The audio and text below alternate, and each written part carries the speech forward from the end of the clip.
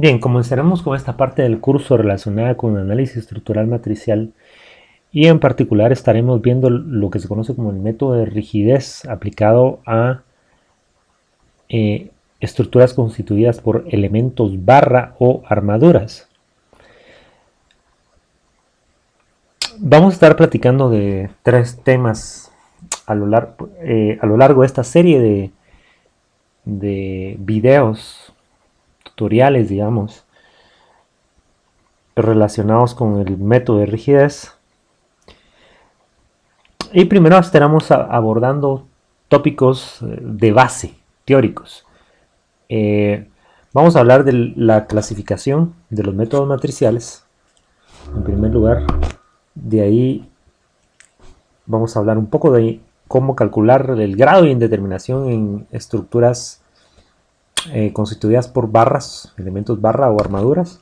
Y vamos a platicar ya después de lleno del método de rigidez eh, en su marco teórico, desarrollando todas las ecuaciones relacionadas con las relaciones fuerza-desplazamiento a nivel de miembro, la relación fuerza-desplazamiento en coordenadas locales, de ahí la matriz de transformación, de ahí en coordenadas globales y cómo ensamblar dichas ecuaciones para luego obtener la relación fuerza-desplazamiento global.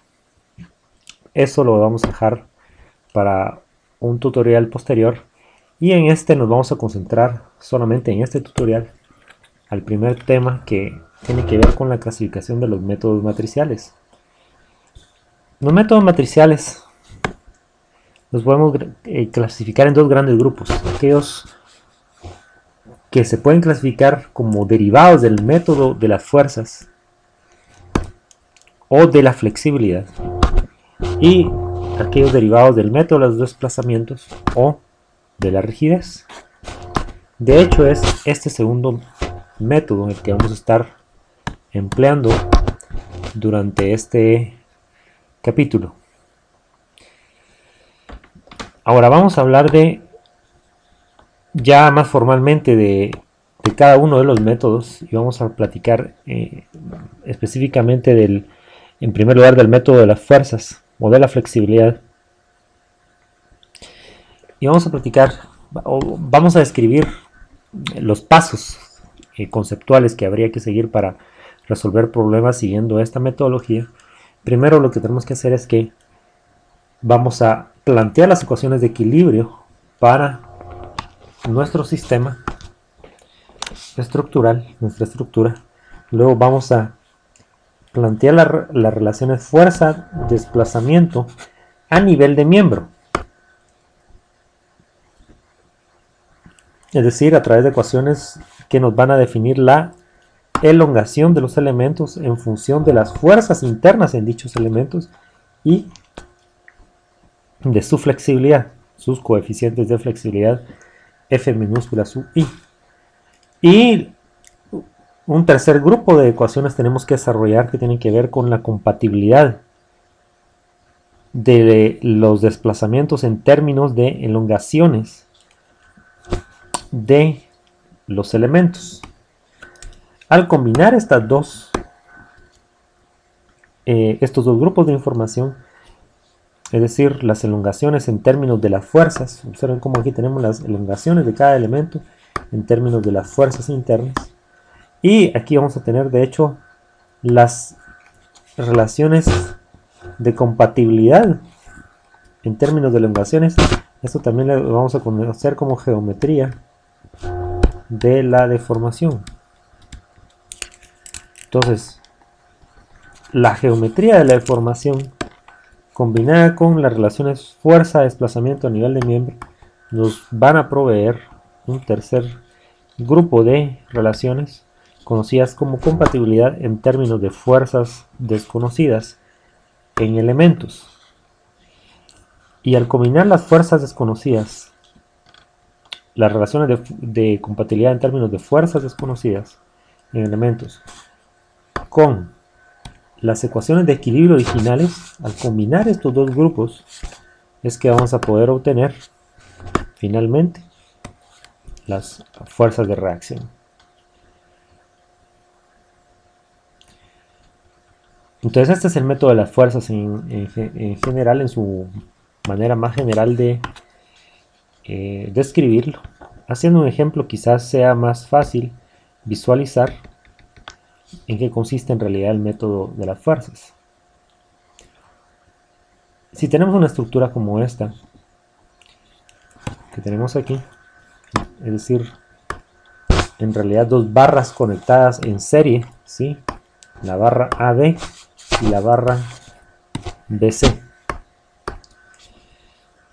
Digamos que la longitud de la barra AB, vamos a decir que este es el tramo 1 y este es el tramo 2. Entonces, por lo tanto, la longitud de la barra B es L1 y la de la barra BC es L2. Pero vamos a darle un nombre. Vamos a tratar de relacionar ambas, la longitud de ambos tramos de alguna manera. Y vamos a decir entonces que la longitud del tramo 1, L1 es L. Y la del tramo sub 2, L sub 2 es de hecho el doble de la del tramo L sub 1, entonces es 2L. Aquí está. Aquí están dichas relaciones. Cada uno de estos tramos va a tener una sección transversal, una área en su sección transversal. Entonces vamos a decir que el área de la sección transversal del elemento 1 le vamos a llamar A sub 1 y la del elemento BC o elemento 2 le vamos a llamar A sub 2. Pero realmente para los propósitos de esta explicación no necesitamos asignarle, no necesitamos que tengan en realidad un área de sección transversal diferente. Vamos a llamarle simplemente A al área de ambas barras. A sub 1 igual a A sub 2 igual a A. ¿Sí? Entonces ambas barras AB y BC tienen un área de sección transversal A.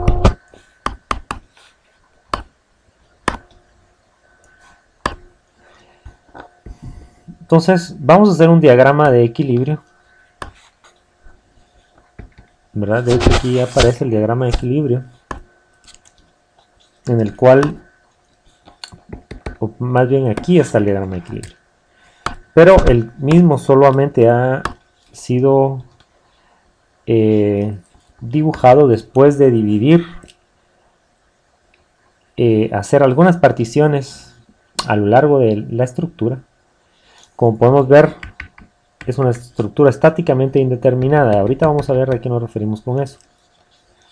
Si hacemos un corte AA entre el punto A y el punto B, el tramo AB, arbitrariamente en cualquier punto a lo largo de AB, entonces nos vamos a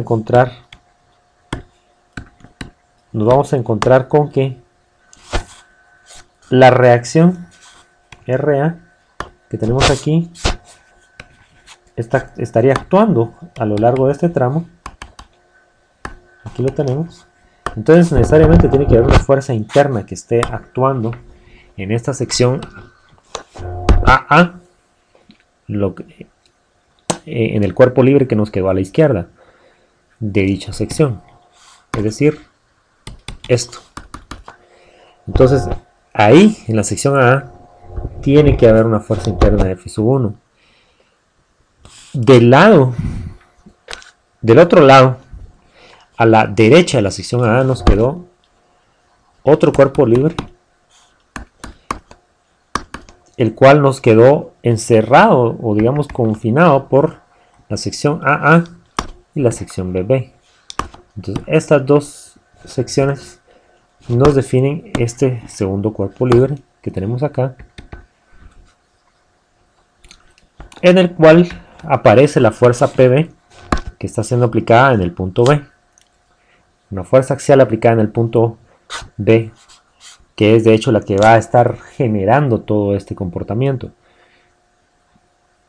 Entonces debe existir una fuerza F1 que actúa en la dirección opuesta a la que actuaba para el cuerpo libre que nos quedó a la izquierda de la sección AA. Entonces F1 de hecho actúa Si fuera una fuerza positiva, es decir, de tensión, tendría que actuar hacia la izquierda de la sección AA. Entonces, asimismo hicimos otro corte. El corte BB nos define la frontera derecha de ese cuerpo libre que nos quedó. Y ahí mismo tiene que estar actuando una fuerza interna F2.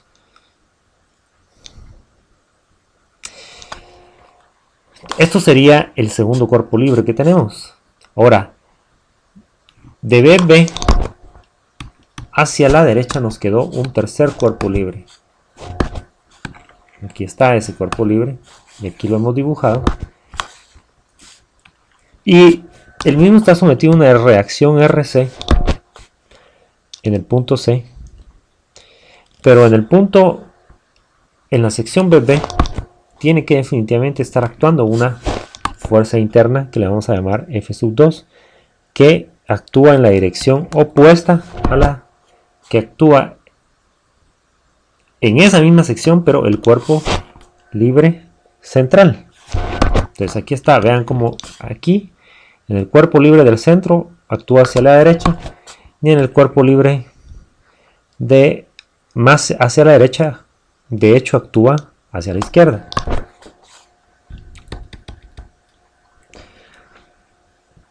Ahora nos vamos a centrar en hacer sumatoria de fuerzas para el cuerpo del centro, este que tenemos aquí, y nos da que la sumatoria de fuerzas en X es igual a 0. Todo lo que va hacia la derecha es positivo.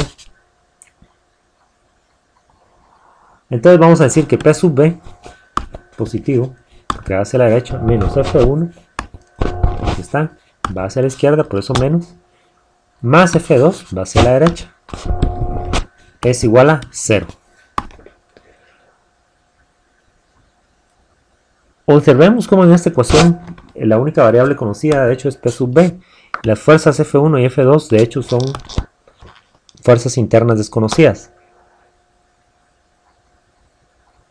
El hecho de que tengamos estas fuerzas desconocidas, F1 y F2, que tengamos dos fuerzas desconocidas y en realidad solo tengamos una ecuación de equilibrio ahí que nos sobra, o disponible más bien sería la palabra. Entonces esto genera lo que se conoce como un problema estáticamente indeterminado, y en este caso en grado 1. Entonces, de hecho, lo que ocurre es que tenemos una sola fuerza redundante. Y esto lo que significa es que no se pueden obtener todas. Es decir, no se pueden obtener todas las fuerzas internas solamente con las ecuaciones de equilibrio.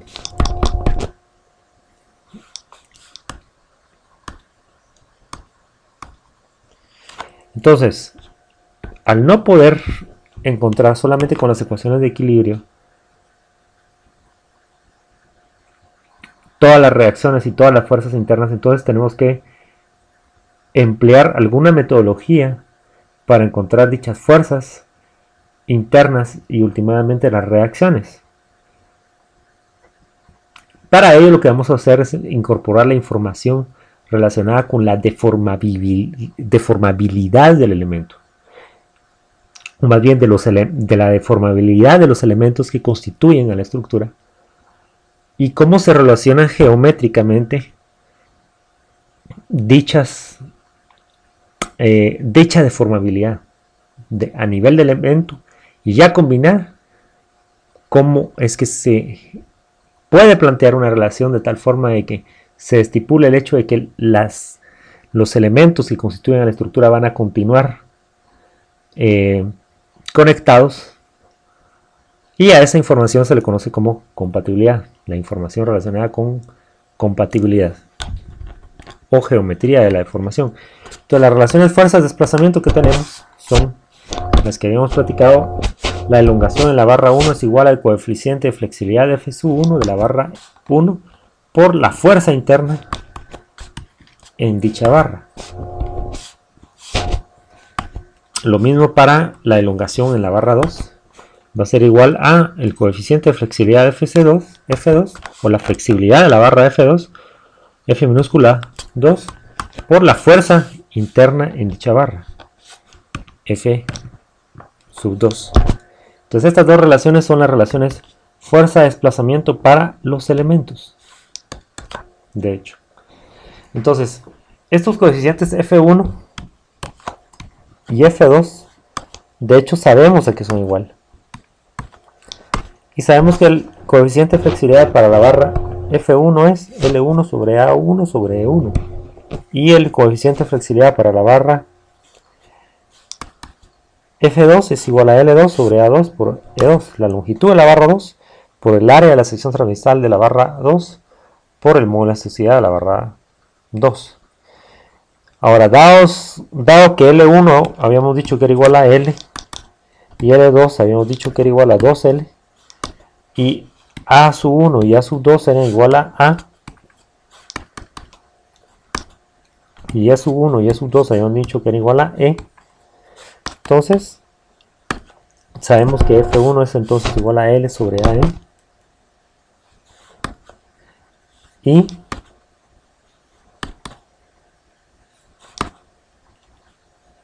F2 es igual a 2L sobre AE.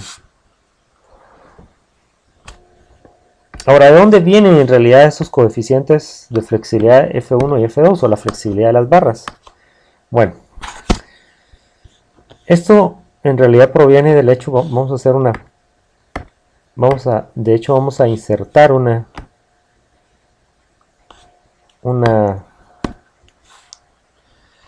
hoja para explicar eso. Y vamos a decir que una barra, un elemento barra que se carga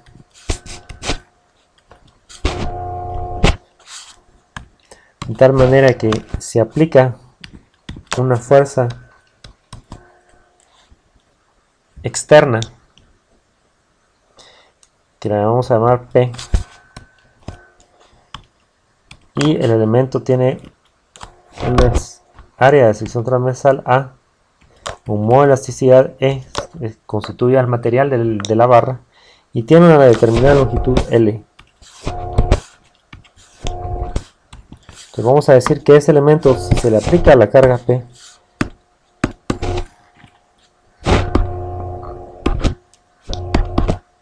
lo que va a pasar con él es que si es de tensión, se va a elongar,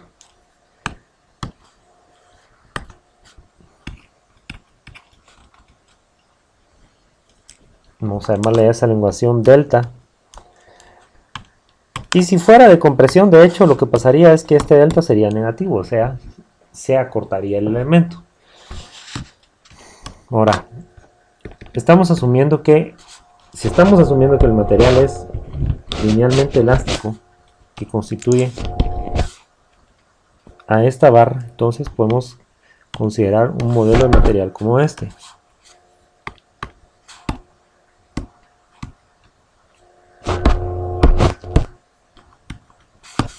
Es decir, una relación lineal entre esfuerzo y deformación,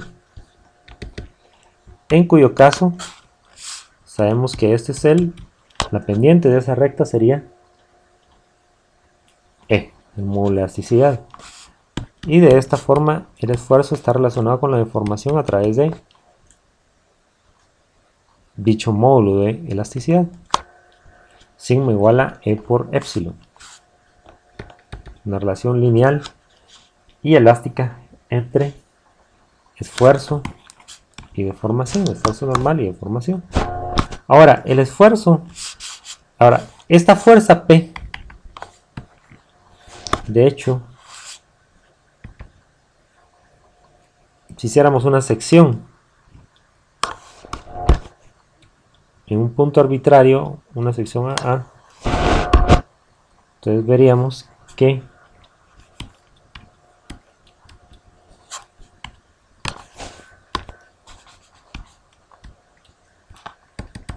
estaría P. Si fuera positiva tendría que ser una fuerza de tensión como esta, llamémosle F.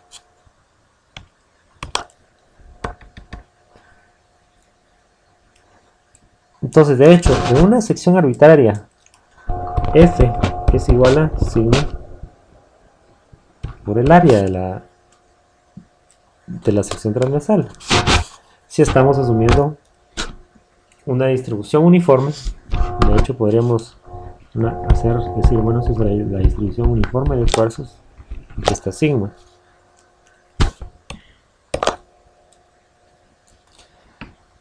Pero de hecho, veamos que por equilibrio, sumatoria de fuerzas en X igual a 0, todo lo que va hacia la derecha es positivo, eso nos deja con que P menos F es igual a 0. Eso significa que F es igual a P.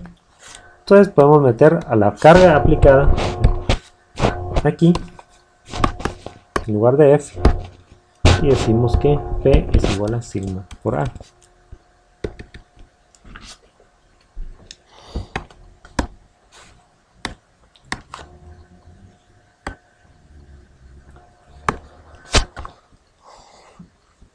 Si hacemos la sustitución,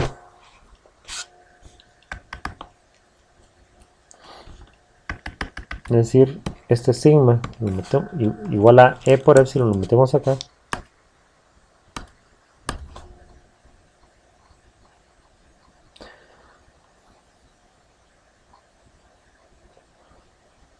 Lo que nos va a quedar es que P es igual a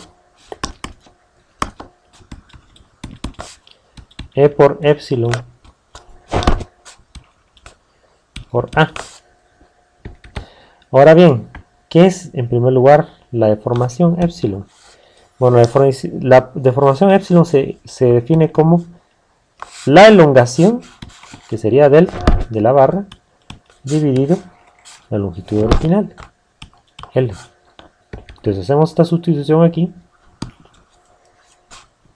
Epsilon igual a delta partido L. Vamos a distinguir un poco aquí el A del delta. Y vamos a decir entonces que P es igual a E por delta por A dividido L. Como esto se escribe más usualmente, es igual a P igual a AE partido L por delta, en donde de hecho este término AE partido L es lo que se conoce como la rigidez del elemento, o K. Si despejamos delta en lugar de, si lo que nos interesa es encontrar delta en función de P y no P en función de delta, entonces despejamos delta y decimos que delta es igual a L sobre AE por P. A esto, este L sobre AE es lo que se le conoce como la flexibilidad del elemento. L sobre AE.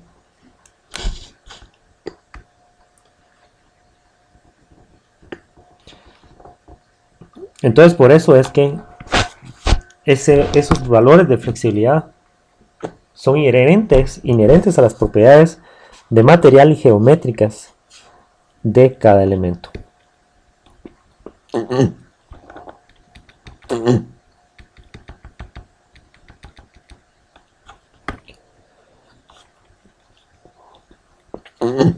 Entonces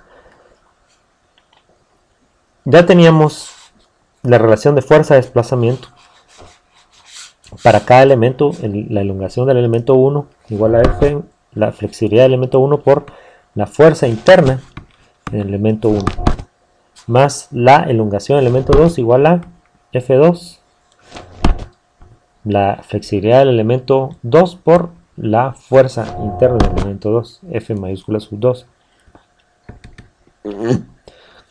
Ahora, falta la tercera relación, que es compatibilidad o geometría de la información. Si observamos nuestro problema, podemos darnos cuenta de que al aplicar la carga P, lo que va a tender a suceder es de que la barra AB va a tender a elongarse, de hecho, en tanto que la barra BC va a tender a comprimirse. Pero lo que no puede pasar de ninguna manera es que se muevan la barra en el punto A, la barra AB en el punto A no se puede mover, ni la barra BC en el punto C.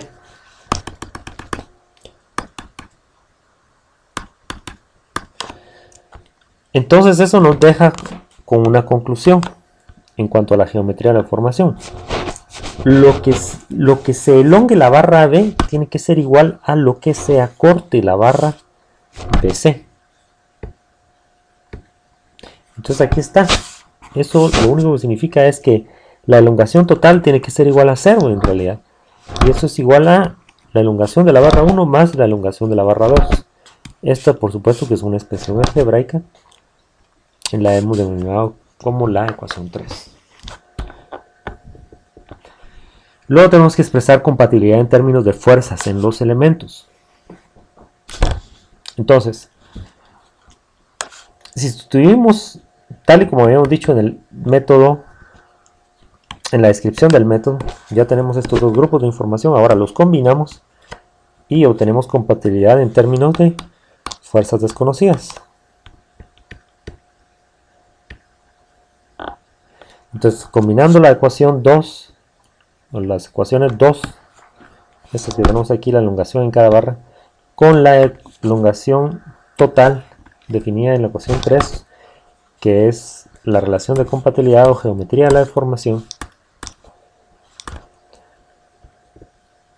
Eso nos da lo único que significa es de que E1 lo vamos a sustituir aquí, F1 por F1 aquí, y E2, F2 por F2 lo vamos a sustituir acá, y ambos sumados tienen que ser igual a 0.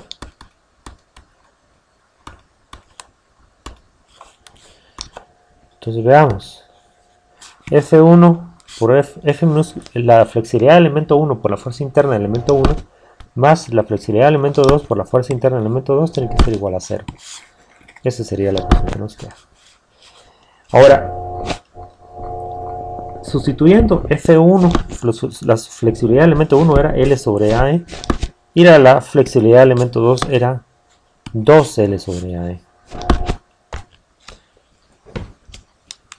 Entonces, de aquí ya tenemos la ecuación que queríamos, que es compatibilidad en términos de fuerzas en elementos. F1 y F2.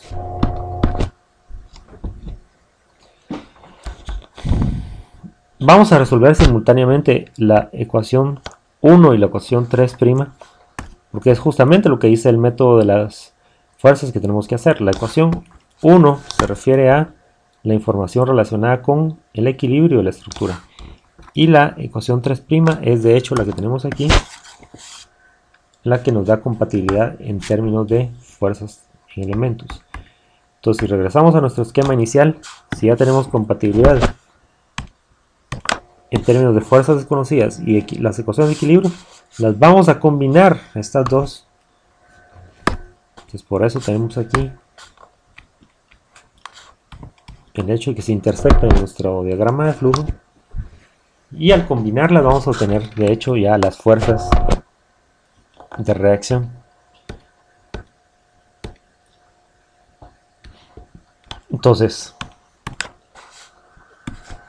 aquí tenemos la ecuación de equilibrio, de aquí las de compatibilidad en términos de fuerzas en elementos.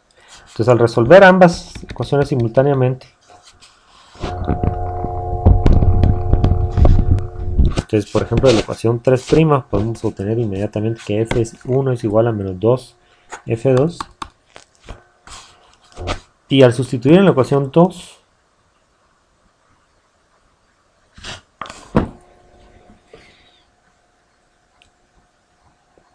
nos da ya el valor de P. El valor de F sub 2 en términos de P. De hecho, aquí es la ecuación 1. En términos de aquí hay que sustituir en la ecuación 1. O sea, lo que encontramos aquí, F1 lo metemos acá. Y aquí está, de hecho, la sustitución ya hecha. Entonces F2 nos da menos PB dividido 3. Y al sustituir en 3' de regreso, nos da que, es decir, meter este resultado en menos PB dividido 3. Lo metemos acá. Y nos da que F1 es igual a 2/3 de P sub B.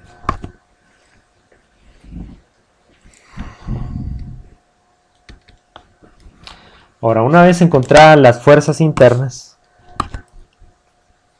en cada elemento, entonces ya podemos encontrar las reacciones al retomar el diagrama de cuerpo libre de cada miembro. Entonces rehacemos los diagramas de cuerpo libre de cada miembro o de cada parte de la estructura que nos quedó. Entonces habíamos hecho un corte. Aquí estaría la sección AA y aquí estaría la sección BB. Entonces, conceptualmente ahí tenemos los 3 diagramas de cuerpo libre. Del diagrama que nos queda a la izquierda simplemente decimos que RA más F1 tiene que ser igual a 0. Aquí está esa ecuación. Eso significa que RA es igual al negativo de F1. Y de hecho F1 ya sabemos a qué es igual. Es 2/3 de P sub B.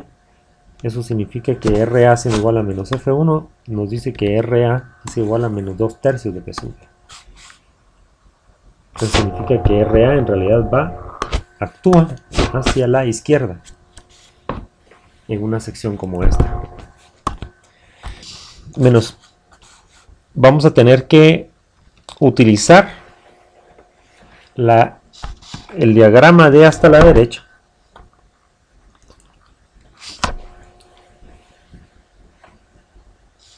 de tal forma que decimos que menos F2 más RC tiene que ser igual a 0. Aquí está esa expresión. Pero eso significa que al despejar RC, que RC es igual a F2. Y F2 nos había dado, aquí está, que es igual a menos PB dividido 3. Entonces aquí está, RC es igual a menos PB dividido 3.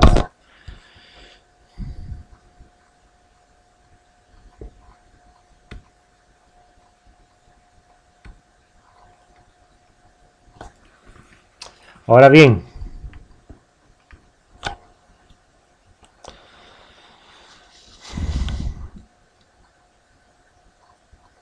¿qué faltaría entonces? Bueno, encontrar los desplazamientos en realidad. Los desplazamientos, o más bien el desplazamiento que va a tener lugar en el punto B. En el punto en donde está siendo aplicada la carga. Este punto B, de hecho, lo que esperamos es que se desplace un tanto hacia la derecha.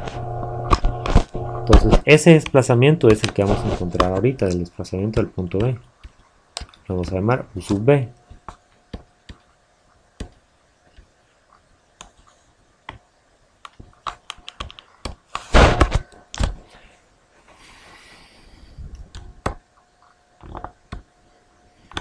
Entonces, ¿cómo vamos a encontrar ese desplazamiento? Bueno, lo podemos encontrar en realidad a través de la relación de compatibilidad, es decir, lo que se desplaza al punto B es de hecho igual a la elongación de la barra 1, veamos.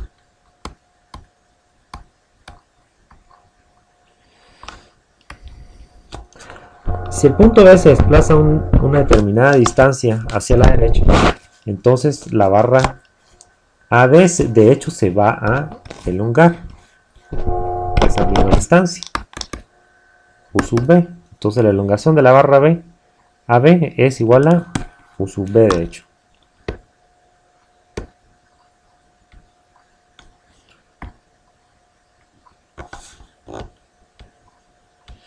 Entonces aquí está, U sub B es igual a elongación de la barra 1. De la misma manera podríamos plantear otra ecuación de compatibilidad, decir que U sub B es igual al negativo de la elongación de la barra 2. ¿Por qué igual al negativo de la elongación de la barra 2? Bueno, porque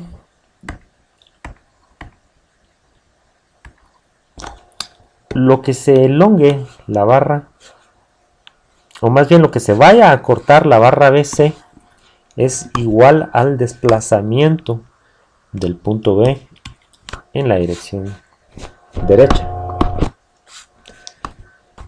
Entonces, los desplazamientos que tienen lugar hacia la derecha son positivos, las elongaciones, si hay un cambio en la longitud de los elementos como positiva, es decir, hay una elongación, entonces decimos que la elongación de ese elemento es positiva, pero si se acorta, como sería el caso esperado para la barra BC, de hecho la elongación es negativa, ¿sí?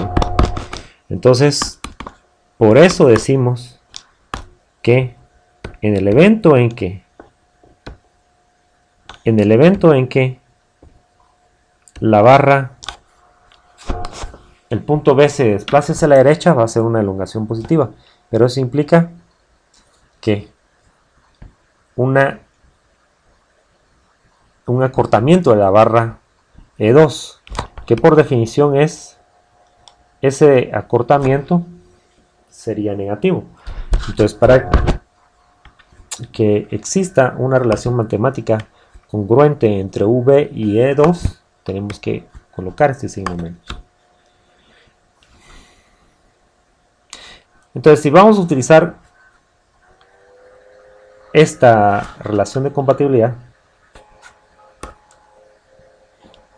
entonces vamos a decir que si combinamos la ecuación 2a, 4a y 5a, entonces aquí estaría la ecuación 2a, sería E1 igual a F1 por F1. La ecuación 4a es F1 igual a 2 tercios de P sub B. Y U sub P igual a E1. Sería la ecuación 5a, la que tenemos aquí. Entonces, estas ecuaciones las combinamos. Empezamos con 5a aquí. Decimos que U sub B es igual a E sub 1, lo cual implica que E1 es igual a F1 por F1. Aquí está. Pero F1 es de hecho igual a L sobre AE, y F mayúscula 1, o sea, la fuerza interna en la barra 1 es 2 tercios de P sub B. Eso significa que U sub B es igual a 2L dividido 3AE por P sub B. Y aquí estaría un diagrama esquemático del comportamiento de la barra en términos de el desplazamiento U sub B. Como si se desplazó hacia la derecha, U sub B de hecho es positivo, aquí de hecho es positivo, y si hubiera desplazado hacia la izquierda hubiera sido negativo, pero físicamente no tiene sentido dado que P sub B está siendo aplicada en el punto B hacia la derecha.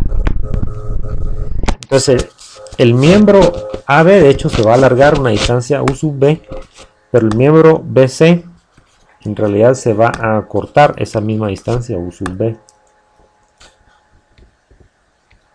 Y ese sería el primer problema, o más bien el problema que hemos resuelto utilizando el método de las fuerzas. ¿Por qué? Bueno, porque seguimos esa metodología. Primero obtuvimos, a grandes rasgos podríamos decir de que el método de las fuerzas se resuelve así: ecuaciones de equilibrio, ecuaciones de fuerza de formación a nivel de elemento y ecuaciones de compatibilidad entre elementos deben ser planteadas. Se combina la información del grupo 2 y la del grupo 3, es decir, la relación de fuerza de formación a nivel de elemento con la deformación entre elementos, se combinan ambas y se obtiene compatibilidad en términos de fuerzas desconocidas. Se combina esa información con las ecuaciones de equilibrio originales y lo que se obtiene es ya las fuerzas de reacción. Pero fíjense bien, pues es el método de las fuerzas, porque de hecho aquí todavía falta encontrar los desplazamientos. Los desplazamientos no pueden ser encontrados utilizando el método de las fuerzas si primero no se han encontrado de hecho las fuerzas de reacción. Entonces, le decimos método de las fuerzas porque en realidad, o de la flexibilidad más bien, porque son las relaciones de flexibilidad las que últimamente nos van a vincular o nos van a permitir expresar la relación geométrica entre desplazamientos entre elementos con últimamente las ecuaciones de equilibrio al seguir este proceso. Entonces le dicen método de las fuerzas. También se podría decir método de las fuerzas, también se le dice por el hecho de que antes que nada la primera variable que se tiene que encontrar son todas las fuerzas desconocidas y después y solo después se pueden encontrar ya los desplazamientos.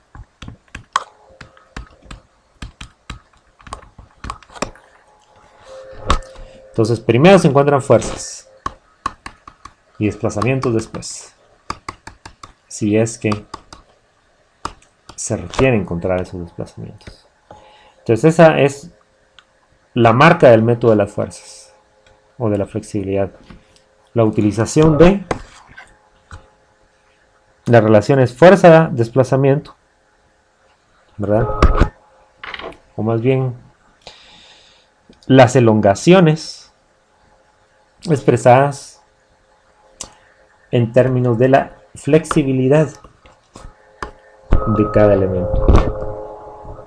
Al combinar esa información con la geometría de la deformación, ya se tiene compatibilidad en términos de fuerzas desconocidas, repito, insisto, y al ya tener la compatibilidad en términos de fuerzas desconocidas, se combina con las ecuaciones de equilibrio y ya se pueden obtener, de hecho, las fuerzas de reacción.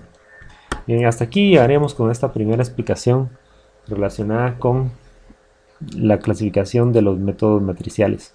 En un siguiente video vamos a explicar el método de los desplazamientos y vamos a recalcar las diferencias con el método de la flexibilidad o de las fuerzas. Gracias.